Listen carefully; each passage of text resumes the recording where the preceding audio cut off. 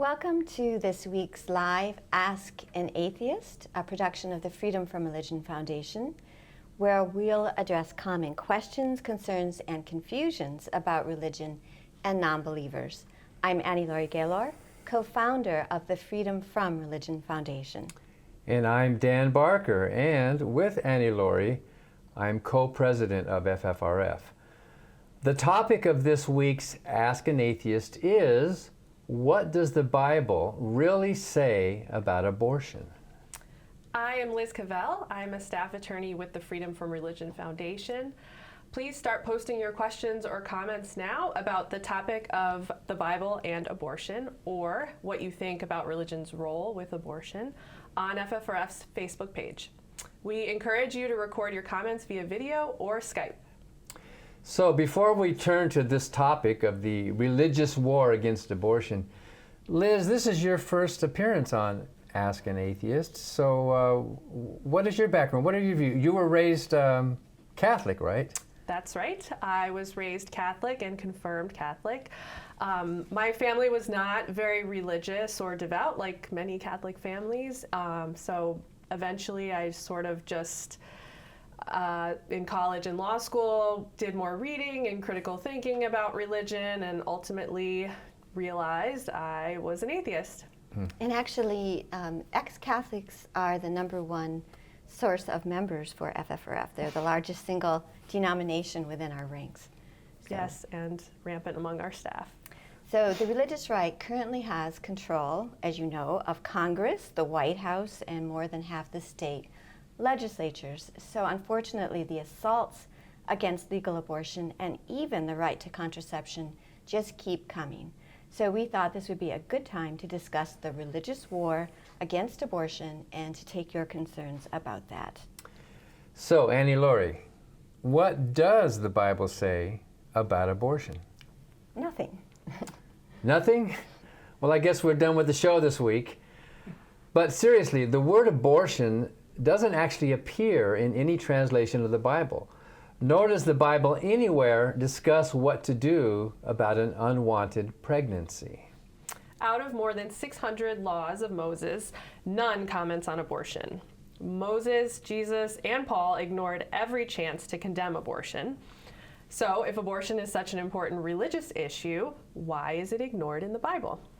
Yet the organized opposition in the United States to legal abortion is entirely religious. So on today's show, before we open it up to your comments and questions, we're going to examine just where the religious underpinnings of the anti-abortion movement come from. First, there's one biblical law that specifically contradicts the claim that the Bible is anti-abortion. That law is found in Exodus 21:22 through 25, which says that if a woman has a miscarriage as a result of violence, the man who causes the miscarriage should be fined. But if the woman dies, the culprit must be put to death. So the verse goes on to say that if the woman dies, then thou shalt give life for life, eye for eye, tooth for tooth. So, a fetus is not considered life for life. The Bible orders the death penalty for murder of a human being, but not for conduct that results in the miscarriage of the fetus. So that pretty clearly, the Bible draws a distinction between a human being and a fetus. And similarly, according to the Bible, life begins at birth, when a baby draws its first breath. The Hebrew Bible defines life as breath in several significant passages, including the story of the creation of Adam in Genesis 2:7, where God supposedly breathed into his nostrils the breath of life. And that's why Jewish law traditionally considers that personhood begins at birth. So the anti-abortionists become pretty desperate to find a biblical basis for their beliefs, and typically what we do find them citing are some obscure passages not persuasive, such as this one in Psalm 51:5. Behold, I was shapen in iniquity, and in sin did my mother conceive me. Which is pretty sexist, but is about original sin and not abortion. And we should talk about that insulting concept of original sin on another show. Annie Laurie, I know that abortion rights is of particular interest to you because of the Women's Medical Fund. You are a co-administrator of it, that whole helping poor women pay for abortions. Yes, it's the longest-lived, continuously operating charity to help indigent women pay for abortions in this country. And actually, the Freedom from Religion Foundation really got started as a result of the religious opposition to abortion. As you know, Dan, my mother, Ann Nicole Gaylor, was a very early abortion rights activist in the state of Wisconsin, and as a junior high school student, I would follow her around as she worked to challenge criminal laws against abortion. It was a life and death issue for women in a very hostile environment, and invariably, at every legislative hearing at our state capitol rotunda, it would be teeming with nuns and priests and bused in parochial school children, and all their testimony would begin, "The Bible says abortion is murder." And it was at that point that we realized that women's rights would never be fully safe if religious dogma is inscribed in our secular laws, and that's really what prompted us to found the Freedom from Religion Foundation. And in particular, the testimony would quote the 6th commandment, "Thou shalt not kill." And Dan, I know you can have a field day with that claim. After researching and writing God, the most unpleasant character in all fiction.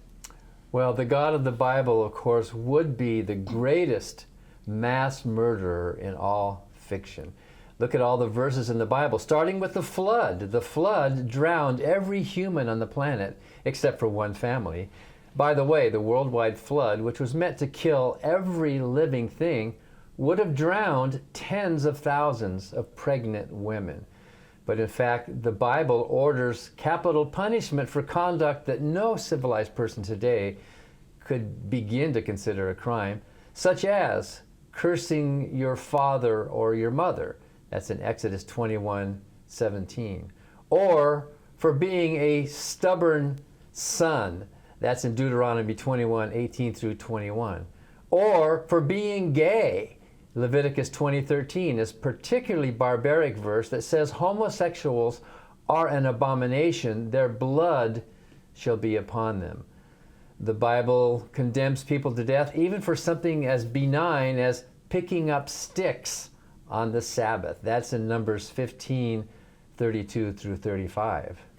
That's right. Mass killings were routinely ordered, committed, or approved by the God of the Bible. In one Bible verse, Numbers 25:4-9, the biblical God orders the massacre of 24,000 Israelites.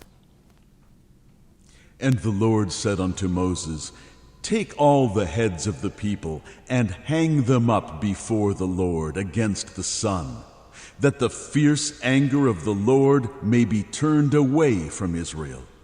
And Moses said unto the judges of Israel, Slay ye every one his men that were joined unto Baal-peor.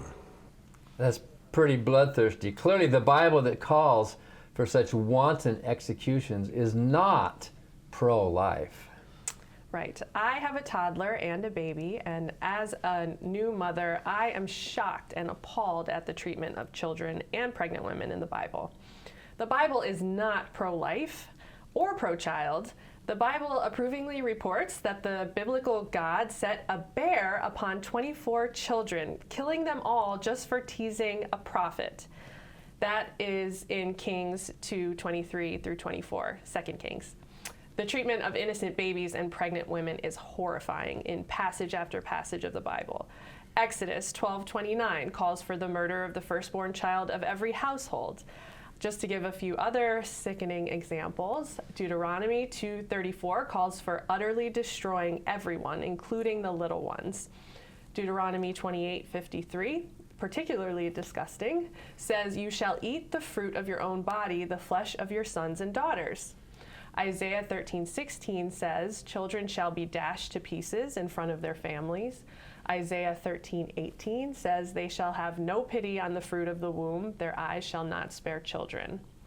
Hosea 13:16 is another example, which says, Happy shall they be who take your little ones and dash them against the rock. And the Bible goes on and on with such cruel and unrelenting language. And I think that was one of the worst verses. That was Psalms 137:9, that you should dash the little ones against the rock.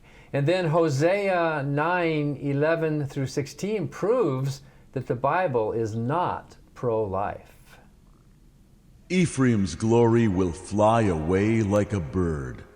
No birth, no pregnancy, no conception. Even if they rear children, I will bereave them of every one. But Ephraim will bring out their children to the slayer. Give them, Lord. What will you give them? Give them wombs that miscarry and breasts that are dry. I will no longer love them. Even if they bear children, I will slay their cherished offspring. That's hardly pro-life, is it? Then come the dire warnings of Jesus.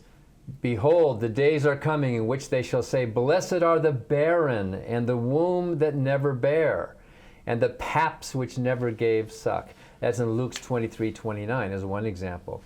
The teachings and contradictions of the Bible show that anti-abortionists do not have a scriptural basis for their claim that their deity is pro-life or pro-child. What we can say about the Bible is that it is neither anti-abortion nor pro-life, yet it does provide a biblical basis, the real motivation behind the anti-abortion religious crusade. It is anti-woman. The Bible blames women for sin, demands subservience, mandates a master-slave relationship between men and women, and calls motherhood a curse.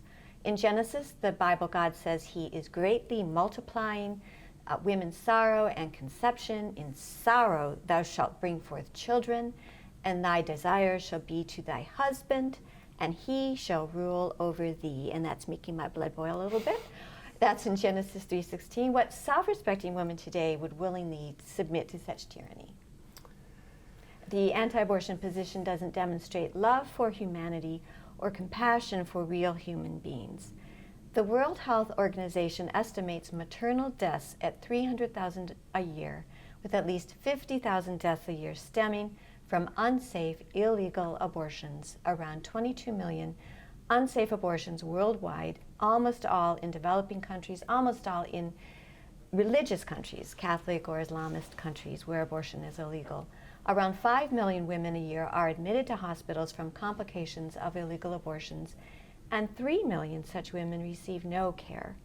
Unwanted pregnancies and complications from multiple pregnancies have been a leading killer of women. Why do anti-abortionists want North American women to join these ghastly mortality statistics? What we could suggest about the biblical deity is this. Spontaneous abortions occur far more often than medical abortions. Conservatively, there's a 15% miscarriage rate, and one medical study found almost a 90% rate of spontaneous abortions in very early pregnancy. So that would make a deity in charge of nature the greatest abortionist in history. I think we should protect and cherish the right to life of the already born. And that is where pro-choice people and anti-abortionists usually part company, unfortunately. Yes, with theocrats caring devoutly about human life all the way from conception to delivery is the joke. So seriously, if you can believe, if you like to believe that life begins at conception, that there's ensoulment at conception, that's fine, that's a personal belief. But it is a matter of faith and not of fact. It's a faith predicated on the religious notion of that soul, and legislating such anti-abortion faith would be as immoral and un-American as passing a law that all citizens must attend Catholic Mass. The Bible doesn't condemn abortion, but even if it did, we don't live under the Bible. We live under a secular constitution, not in a theocracy. right? The separation of church and state, the right to privacy, women's rights, all demand freedom of choice for women. So of all the topics in society, abortion is one of the most heated and controversial, and we'd like you to chime in. So I think we have some questions from viewers and from the audience. One of them is from Minura Gamage. If someone who defends the morality of religion says religion doesn't teach you to kill, etc., how do you respond to that? Well, Dan, why don't you start?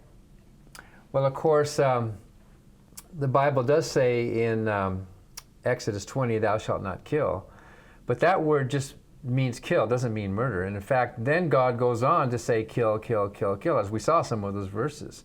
The God of the Bible says kill all the enemies, go into the Canaanite towns and murder them, all the little children, kill. So if Christians believe they are created in the image of God, and if God is a killer, then of course Christians have to believe that killing is part of God's plan. But I think we would also say that every society has laws against killing, and that's not unique at all to the Hebrew Bible or the Old Testament or Christianity. But we have a difference of opinion religiously about what is a human being and what is human life. And just if that's the best that they can come up with to say that the Bible is anti-abortion, you can see how weak it is to invoke that sixth commandment only. And of course the whole issue here is that anti-abortionists believe that abortion is killing a human being, when of course their own Bible teaches that life begins at birth with the first breath. So that's the big difference. Does life begin at ensoulment at conception, or does it begin at birth? And so even many Catholics, you went to a Catholic church, even some of your Catholic friends would believe that no, life begins at birth, and that killing a developing fetus is not the same as murder. Viability. Right. Yeah, so. Well, so I think we have some other questions. Can you read the question from the screen? Yeah, I can. What about the killing of all firstborn babies or the sacrifice of baby sons to their God? Not only very well schooled on the Bible, but pretty sure there are plenty of passages in it that say, kill your firstborn son for him, or kill other children for the Lord wants you to sacrifice your own child to him. And so we didn't really talk about that. I've forgotten the name. You saw it on the screen. So we didn't really talk about that, did we? Child sacrifice. We didn't talk about Joseph and Abraham and Isaac. Isaac. Yeah, and then of course Jephthah, the story of Jephthah and his daughter. So the Bible does actually, in fact, you're supposed to give your firstborn son as to the Lord, and in many cases that's considered to be a sacrifice, to be killed. So. And what about Abraham and Isaac? Well, a lot of Christians say, and I used to say that, God told Abraham to kill his son Isaac, but he actually didn't go through with it. So it was just a test of his faith. But of course, Abraham had to believe that he was going to go through with it, or it would not have been a test of his faith. And of course, for some reason we hear about Abraham in churches, but they don't talk about Jephthah, who really does sacrifice his daughter, his nameless daughter. She doesn't even get a name. Yeah. He makes some deal with biblical deity so he'll win a battle. And the God says you'll have to kill the first thing that greets you from your threshold. And of course he had a daughter, and only a daughter at home. Well, that's what Jephthah offered. Jephthah said, God, if you'll help me win this battle, then I will sacrifice to you the first thing that comes out of my house. And of course, who was that? What did he expect? Right. So anyway, once again, the Bible is not pro-life or pro-child, very retributive and bloodthirsty. And I think what's even more insidious about this is the story never happened. Of course, it's fictional. But even the daughter in the story said, yep, he made a vow to God, so I have to go along with this. So she didn't run away. She said, you can't go against God. And what's particularly ridiculous is she goes away, asked to be given 30 days to go away and bewail her virginity. Yeah, whatever that means. And then she came back, and then her loving father burned her as a burnt offering. So that's the Bible for you. So I think we do have a couple other comments or questions. And do you want to read this one? Or can you read it? Or Let's see. Am I the only one? I can't quite I'm see sorry. it all. Okay, so Rusty Manceau said, how much of the pro-life anti-abortion rights movement is religious. Would it be fair to say that it is entirely or almost entirely religious? I don't think I know anyone who is not religious who is quote-unquote pro-life. Well, I would agree with you, Rusty, that as far as I know, there is no organized opposition except religious to abortion rights. And that doesn't mean that all atheists and non-believers would necessarily agree on this question. There might be people who have personal problems with it, but they're not working religiously to overthrow that civil rights for other people. They're content to say, I just wouldn't get it myself, or I don't believe in it, but they understand there are civil liberties and would support Roe versus Wade. I mean, since the inception of the women's rights movement, the only opposition really to women's rights in general is religious. And that was true in the 19th century as well as in the 20th and 21st century.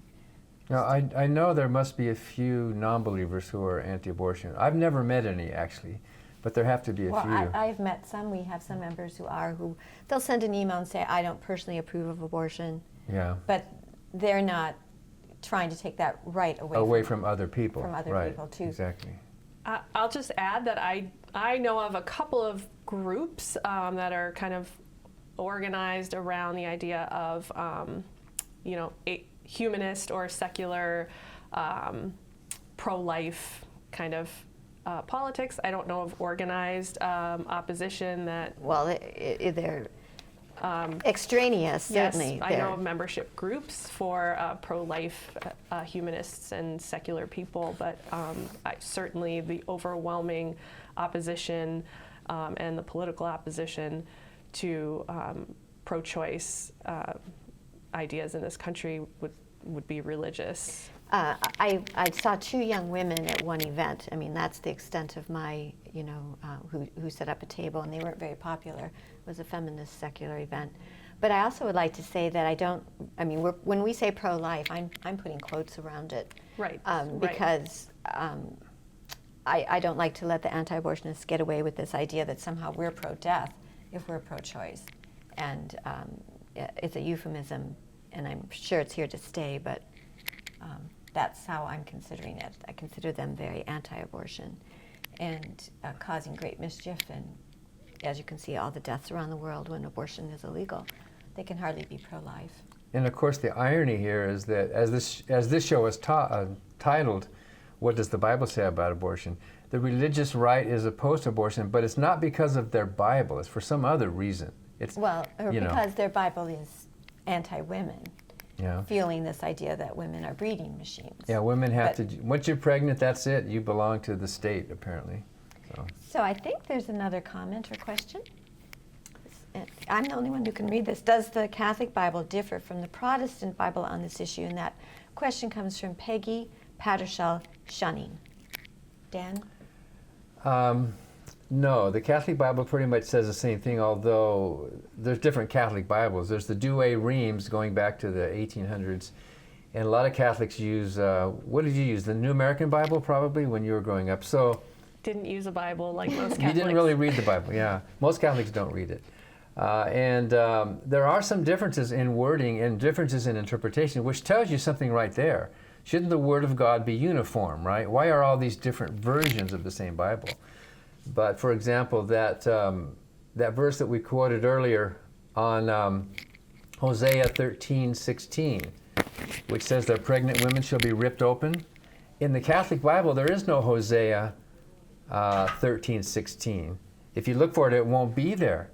Well, it's because they number the chapter slightly differently, and it's actually Hosea 14:1 that has that verse in it. So you might think it's not in the Catholic Bible when it's actually there because it's been renumbered. It's just been renumbered. Yeah. Well, that was an interesting thought, Well, interesting question. And is that the end of our... Oh, one more question that was sent in advance. Michaela Courtney, do you see conflict in the pro-life argument with regards to incest and rape? For example, if someone is pro-life, one would assume they want to protect the life of an unborn fetus.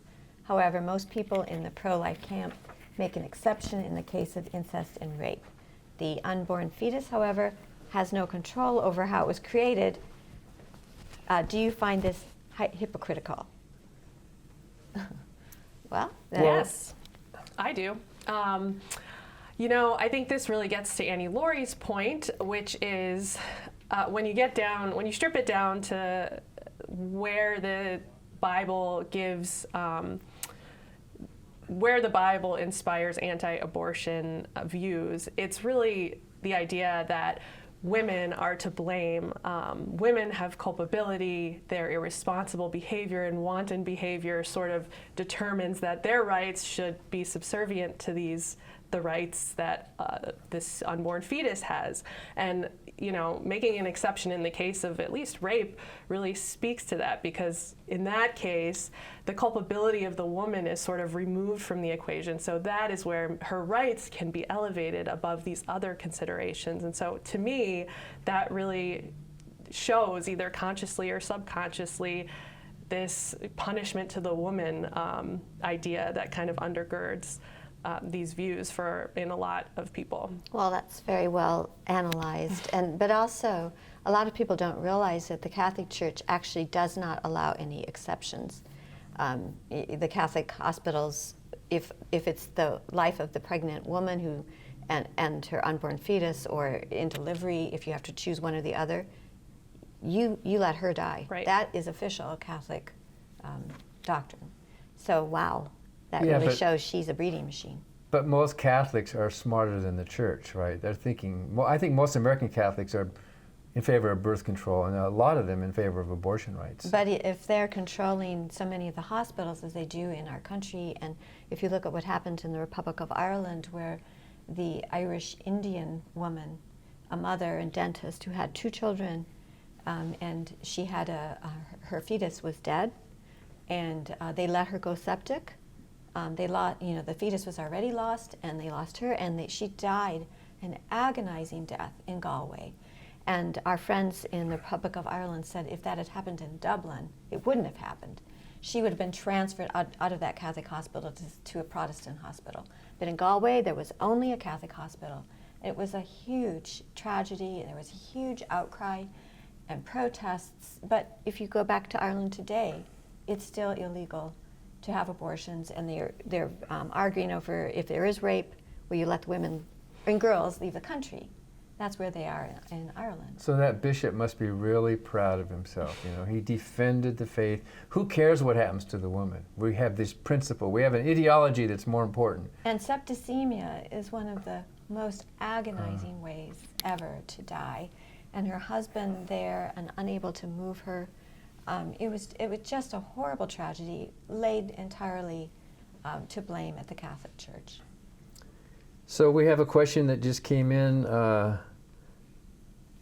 Martha Miller asks, I read that the Hebrew Testament talks of a fetus as similar to an arm or a leg. So that means that the fetus is part of the woman's body, not a separate entity?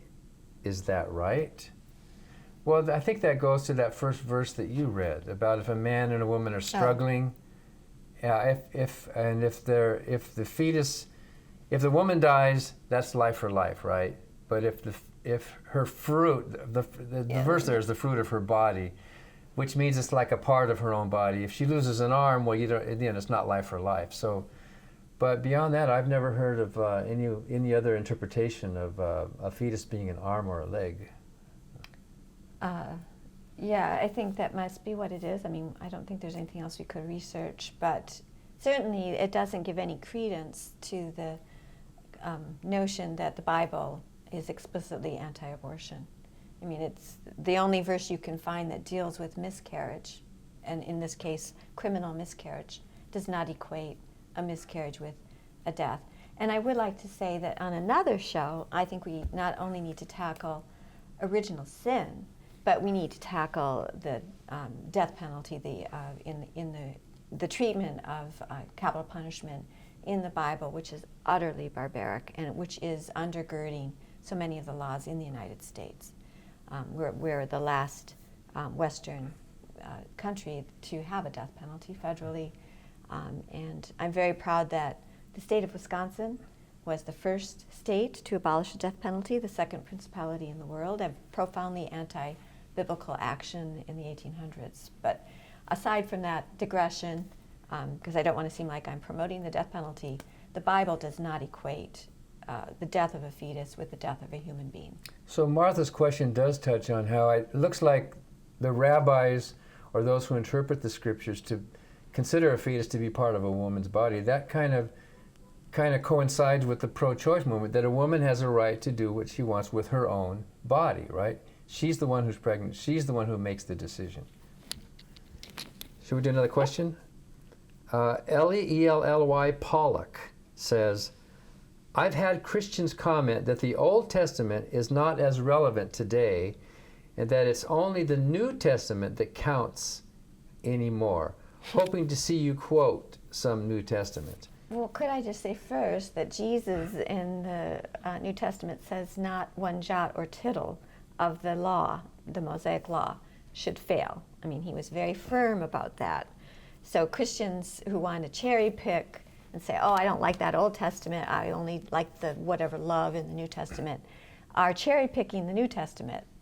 And so Jesus did not, he came to uphold the law. And he did say that I and the Father are one. If you've seen me, you've seen the Father. And he quoted that Old Testament God a lot with approval, including some of these horrible genocidal passages that we think are shocking. The Jesus of the New Testament embraced that whole thing. Also, when you look at women's the degradation of women in the Bible, the New Testament, in my opinion, is almost worse. There's a lot of grisly, barbaric law and anecdotal things, but when you look at Paul teaching that the man is the head and the woman is under the man. First there's God, then there's Jesus, then there's man, then there's woman. There's a very clear hierarchy there. And then there's chipmunks and bugs. Well, I hope maybe the woman's above the chipmunks. I don't know about that, if it's a male chipmunk. That women shall learn in silence and subjection, for the man is the head of the woman. Yeah. And the woman is in all shamefacedness. It's over and over again that women should teach, that women shouldn't have any authority, for Eve was deceived. And Adam was not deceived. So it's the woman's fault. Quite a whitewash there. Blame the woman. Yeah. So the New Testament, in terms of talking about women's subjection, is just as bad, if not worse, as the Hebrew Bible. I think the New Testament is a huge missed opportunity. Jesus could have said, if he really was this new great teacher, Jesus could have said, I'm sorry, I apologize for my father. He was a sexist jerk. That was then, now is now, we're going to have things nicer. But he didn't. He just embraced the same. He wasn't a chip off the old block. He was the old block itself. And of course, a big promoter of hell. Okay, another question, if I can get this thing back up here. This thing timed out. There we go. Okay, so Jill O'Connor asks, why is it that people who are pro-life are also anti-contraception? It would seem that there would be a lot less abortions if we had better sex education and access to contraception. Does the Bible say anything about contraception? Well, first, Jill, here. No, I mean, unfortunately, they didn't know about contraception, or they weren't about to talk about it in the Bible. But it's the same, ideology that we're cursed, women are cursed with fertility, with childbearing. That it's a sentence, it's a life sentence, and it's a punishment for original sin. So contraception, it's the same ideology, the same anti-abortion fervor that comes from the anti-women, the treatment of women in the Bible would apply, I suppose, to contraception. But there is nothing, no, not at all, and that's a very good point. Well, and the Bible is very pro-natalistic and very patriarchal, and the men owned everything. The men owned not only their cattle and their property, but they owned their slaves and their women. In fact, in the Ten Commandments, thou shalt not covet thy neighbor's slave nor thy neighbor's wife. So it was control of access to female for inheritance, really, to have children, to pass on the inheritance, to stay within the tribe. So they're not going to talk about birth control. They want to have as many kids as they can to protect their own properties. And I have to say that my mother felt that I should get some exposure to religion. I mean, I'm a third-generation freethinker. But when I was in the 4th grade, we took a trip to downtown to a big bookstore, and she bought me a Bible, which I still have, a King James Version Bible. And so I was excited because I love to read. And I remember sitting on the steps at our house and opening it, and the onion skin in the small print.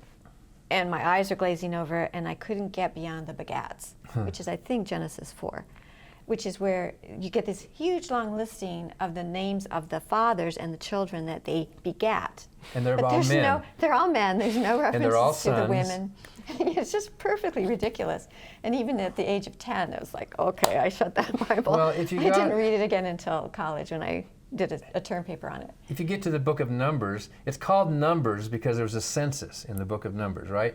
So it only counts the men. Count all your male children, and that's how they see who was in the tribe. Most of the women in the Bible are nameless. Only about 10% of the characters are women, but very few of them have names. So I want to ask Liz a question, and I think that's the end of our so far. Keep sending questions in. We got a few minutes. So you went to Catholic Church. The priests in the church must have known when they were looking out over the congregation that those families today are a lot smaller than the families used to be. They must know something's going on, right, with birth control.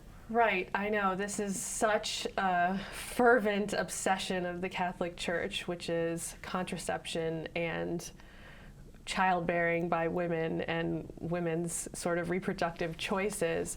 But certainly, like every Catholic everywhere, I use contraception. My family used contraception to control the size of our family. Did you think it was a sin? No, of course not.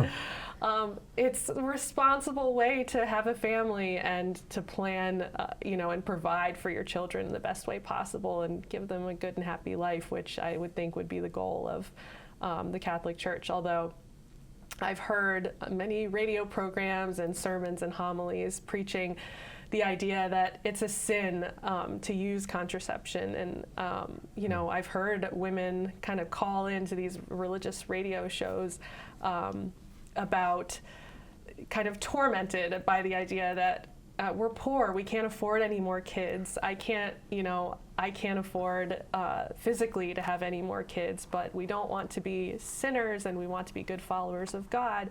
What can we do? And I've just been shocked to hear preachers and radio preachers and even priests advising women that you should still do your duty and not use contraception and risk getting pregnant. And if you get pregnant, continue to bring children into the world because that's your godly duty. And it's just sort of horrible. Does the priest ever get up during Mass and say, I know what's going on, you should all stop that? Does that ever happen, do you think? Never happened when I was in church. Then again, I wasn't known for paying attention. It'd be one thing if they were just preaching to their poor choir, if they were just telling their congregation what to do. Right, that's bad enough. But the Roman Catholic Church has a worldwide global plan to get rid of contraception in countries that have it, to not allow the countries that don't have it to get it. So, I mean, it's a very insidious war against women. And even Pope Francis, who seems to be a breath of fresh air in many ways. Was it last year when he visited the Philippines? And there were quite a few stories because he made this off-the-cuff remark, I guess, that reporters picked up on the plane when he was leaving and saying, geez, these Filipino women are breeding like rabbits. Do you remember that? Well, who's to blame for that? Only within the last several years has contraception been legalized in the Philippines, and totally because the bishops and cardinals were not letting them legalize it. They were yelling and screaming when they did legalize it. And here's the Pope blaming women for following their church's ideology. Well, even when he says that phrase, they're breeding like rabbits, it's like the women are choosing, we're just going to breed. It's not the women who want to have all these kids. So what a callous and strange remark. Is there anything else coming in? Looks like there's one more here. Brian Lewis, he asks, it seems like the biggest problem is not the fact that the religious cherry-pick their doctrines to fit their agenda, but the fact that the doctrine itself is a cherry-picked collection of stories written long before the Romans' invention of Christ. Rome never fell, it merely became the church and transcended power from that of physical control. Has there been any discussion on the Islamic doctrines concerning abortion or Judaism? Well, ultra-Orthodox Judaism is very anti-abortion and anti-contraception and pro-big families, but most Jews in this country are not ultra-Orthodox. So there is some attempt to do some legislation, but mostly Jews are very, very supportive, and very early in the game, the denominations were supportive of liberalized abortion rights. Islam, I don't know that much about it, but I do know in the Islamist countries, which is where Sharia exists, of course there's no contraception or abortion. So they would be, very similar to the Catholic Church. And that ties into the fact that women are to be controlled. They're property that the man owns. And look how they dress them, right? They have to control my property. Don't let any other man look at her. And don't you dare look at another man. She's my breeding machine, basically. So yeah, we wouldn't want to live under Sharia any more than we want to live under the Roman Catholic dogma. Is that it? I think that's the end of the questions that have come in so far. Okay, so that's all of them. So we want to thank you for tuning this in, and we'll be back next week at the same time, same place. And you can let us know through Facebook what questions you would like us to entertain or might want to comment on yourself to ask an atheist. And finally, if you have questions about more, you want to read a little bit more in depth about what the Bible says about abortion, we have a non-tract. We call them a non-tract to counter religious tracts, what the Bible says about abortion. And that you can find that at our shop, or I think there's a free copy. And also, Woe to the Women, the Bible Tells Me So, which is a book I wrote about the Bible many years ago so that you wouldn't have to be a masochist and read it yourself to know what it says about women.